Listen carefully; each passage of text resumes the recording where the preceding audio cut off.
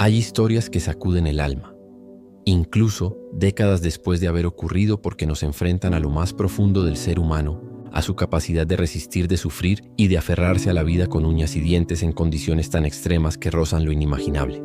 Esta es la historia del vuelo 571 de la Fuerza Aérea Uruguaya, una tragedia aérea ocurrida en 1972 que no solo desafió la lógica de la supervivencia, sino que también expuso las decisiones más dolorosas que un ser humano puede tomar para seguir respirando un día más.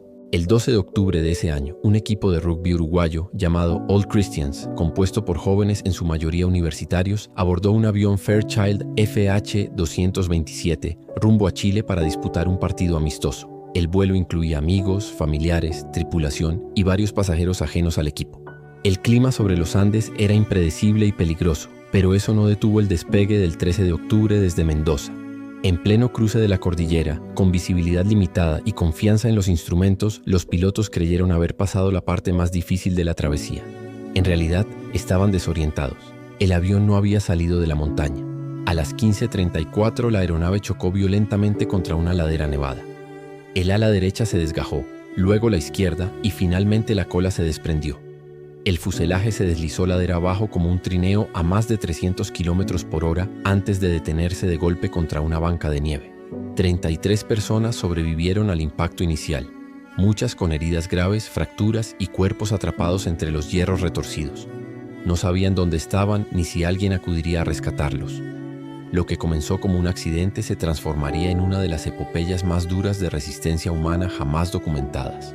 El primer día tras el impacto estuvo marcado por el horror del reconocimiento. Algunos murieron en el acto, otros durante las horas posteriores debido a heridas internas, hipotermia o porque simplemente no recibieron la atención médica necesaria. En medio del caos y el dolor, los sobrevivientes comenzaron a organizarse. Convirtieron los asientos del avión en camas improvisadas, usaron los cojines como abrigo y buscaron desesperadamente entre los restos cualquier cosa que pudiera ser útil. En total, la aeronave transportaba 45 personas. 10 murieron en el impacto y otras 5 fallecieron en los días siguientes. Con las temperaturas bajo cero y sin alimentos suficientes, la situación se volvió crítica rápidamente. Comenzaron alimentándose de lo poco que había: chocolates, vino, latas pequeñas, restos de alimentos dispersos entre los escombros. Lo racionaban de forma extrema, pero al cabo de pocos días no quedaba nada. Lo más terrible aún no había llegado. Las noches eran heladas, con temperaturas que descendían a menos 20 grados, y no contaban con ropa adecuada para ese clima. Tapaban las aberturas del fuselaje con lo que encontraban, mientras dormían apretados para conservar el calor. Algunos intentaron salir a buscar ayuda escalando montañas cercanas, pero la nieve y el agotamiento les impidieron avanzar demasiado. Además, no sabían en qué dirección estaban ni qué tan lejos se encontraban de una ciudad. Escucharon por una radio de corto alcance que las búsquedas habían sido canceladas. El gobierno daba por muertos a todos los pasajeros. Fue el momento en que la realidad los golpeó con fuerza. Nadie los buscaba, nadie vendría. Estaban solos. Ese punto marcó un antes y un después. La esperanza se transformó en instinto. El miedo dio paso a decisiones impensadas. Y allí, en medio de ese infierno blanco, comenzaron a gestarse las acciones más extremas para sobrevivir. Pasaban los días y los cuerpos sin vida comenzaban a convertirse en parte del paisaje, envueltos en mantas o cubiertos por la nieve. Pero para los que aún estaban vivos, el hambre ya no era solo una incomodidad, sino un dolor físico insoportable. Las costillas se marcaban en los torsos, las fuerzas se desvanecían y cada día se convertía en una lucha contra la debilidad. Fue entonces cuando surgió una de las decisiones más difíciles que un ser humano puede enfrentar. Algunos de los sobrevivientes comenzaron a considerar la posibilidad de alimentarse de los cuerpos de quienes habían muerto. No lo hicieron por frialdad ni por desesperación momentánea, sino tras una reflexión profunda, llena de horror, culpa y angustia. Eran sus amigos, sus hermanos, personas con las que habían compartido risas y sueños, pero también eran su única posibilidad de seguir con vida. Después de largas discusiones internas y colectivas, tomaron la decisión. Lo hicieron con respeto, con una ceremonia silenciosa y un entendimiento colectivo de que lo hacían por necesidad, no por elección. Aquello no los convirtió en monstruos, sino en sobrevivientes. Comenzaron a cortar pequeños trozos de carne que congelaban naturalmente con la temperatura ambiente y los consumían en silencio, sin mirarse, sin hablar. Era un acto de supervivencia, pero cada bocado venía acompañado de un profundo dolor moral.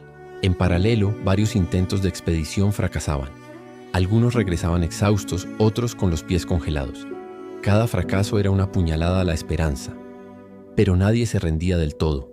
El frío mataba lentamente, la montaña no ofrecía piedad, y la idea de que la muerte llegaría en cualquier momento se volvía una certeza para muchos. La nieve caía sin cesar, sepultando incluso los restos del avión. La lucha por vivir se daba en cada minuto, en cada pensamiento, en cada pedazo de carne que se decidía comer. El 29 de octubre una avalancha sepultó parte del fuselaje mientras dormían. 8 personas murieron aplastadas, incluyendo algunos de los más fuertes física y emocionalmente. Fue un golpe devastador.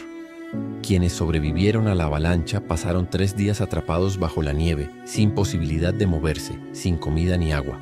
Usaban la respiración de los demás para darse cuenta de que seguían vivos. Después de desenterrarse con las manos, quedaban 19 personas. El dolor emocional y físico era insoportable, pero quedaba una mínima chispa de vida en ellos. Fue entonces cuando Nando Parrado, uno de los más decididos, comenzó a planear una nueva expedición junto a Roberto Canessa. La montaña parecía una prisión sin salida, pero había una pequeña chance de que si caminaban hacia el oeste, llegarían a Chile. Nadie sabía cuánto duraría ese viaje, si los mataría el frío, el agotamiento o la desorientación, pero era la única posibilidad real de escapar. El 12 de diciembre, después de prepararse durante días con restos de ropa, equipo improvisado y pequeños trozos de carne, Parrado, Canessa y Antonio Vizintín emprendieron la marcha. Caminaron durante días subiendo montañas de más de 4.000 metros sin equipo ni experiencia. Tras 3 jornadas, Vizintín regresó para conservar alimentos. Parrado y Canessa siguieron adelante sin saber si estaban avanzando hacia la salvación o hacia la muerte. Cruzaron picos, soportaron tormentas, caminaron durante más de 10 días seguidos. Finalmente, el 20 de diciembre divisaron un río y al otro lado vieron un hombre a caballo. Fue un momento de ruptura total. Parrado gritó hasta desgarrarse la garganta. El arriero los vio. Eran reales. Estaban vivos. Había terminado la pesadilla. Después del encuentro con el arriero chileno, se activó un operativo de rescate de emergencia. El 22 de diciembre, helicópteros volaron hacia el sitio donde aún quedaban 14 sobrevivientes. No fue fácil localizarlos. Desde el aire solo se veía nieve interminable y los restos del avión eran casi invisibles. Usaron coordenadas aproximadas y señales que los propios sobrevivientes dejaron en la nieve. Los helicópteros no podían cargar a todos al mismo tiempo por el peso, así que el rescate se hizo en 2 tandas. En la primera evacuación salieron 6 personas. El resto tuvo que pasar una última noche en la montaña, sabiendo que la ayuda ya estaba cerca, pero aún no en sus cuerpos. Finalmente, el 23 de diciembre fueron rescatados los 8 restantes. Los medios de comunicación estallaron con la noticia. Todo Uruguay, Chile y gran parte del mundo quedaron conmocionados al enterarse de que aún había sobrevivientes vivos.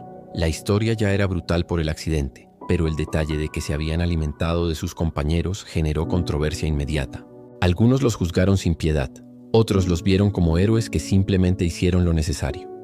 Los sobrevivientes fueron llevados a hospitales donde recibieron atención médica urgente por hipotermia, desnutrición y congelamiento. El shock emocional era igual o peor que el físico. Habían pasado 72 días en los Andes enfrentando lo que parecía una muerte inevitable. Ahora estaban de regreso en el mundo, pero nada sería igual para ellos. Habían vivido algo que pocos podían imaginar. Habían cruzado todos los límites conocidos del sufrimiento humano. Después del rescate comenzó una etapa nueva, tal vez igual de compleja que la vivida en la montaña. Los medios internacionales los acosaban con preguntas, especialmente sobre el canibalismo. Algunos familiares de los fallecidos reaccionaron con dolor o incredulidad al enterarse de que sus seres queridos habían sido consumidos para que otros vivieran.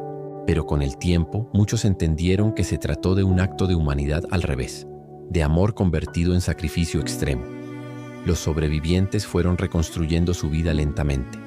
Algunos escribieron libros, otros ofrecieron charlas y muchos se convirtieron en símbolos de resiliencia. El relato completo de lo ocurrido se conoció por ellos mismos en el libro Viven, publicado por Piers Paul Reed con colaboración directa de los protagonistas. Con los años, varios documentales y películas han contado esta historia, incluyendo la película homónima de 1993. La historia del vuelo 571 no es solo una historia de muerte, sino de redención, resistencia y elección. Las heridas físicas sanaron con el tiempo, pero las cicatrices del alma quedaron para siempre. Para muchos de ellos, la vida posterior estuvo marcada por una nueva percepción del tiempo, del valor de las cosas simples y de lo que significa realmente estar vivo. No todos hablaron del tema públicamente. Algunos prefirieron el silencio. Pero todos coincidieron en algo. Aquel infierno blanco les enseñó que el espíritu humano puede resistir mucho más de lo que creemos posible. Hoy, más de 50 años después, el caso sigue siendo estudiado por psicólogos, sociólogos, científicos y exploradores, que hace que un grupo de jóvenes sin experiencia en montaña logre sobrevivir a casi 3 meses en condiciones mortales. ¿Qué pasa por la mente de alguien que se ve obligado a tomar decisiones imposibles? ¿Cómo se transforma el alma humana en situaciones tan extremas? La tragedia del vuelo 571 es una historia que sigue viva no solo en los libros o en las pantallas, sino en el corazón de quienes entienden que la verdadera fuerza no siempre está en los músculos, sino en la voluntad. Cada uno de los que volvió cargó con el peso de los que no lo lograron. Muchos de ellos vivieron dedicados a honrar esa memoria. Han vuelto al sitio del accidente, han hecho ceremonias, han abrazado a las familias de sus amigos caídos.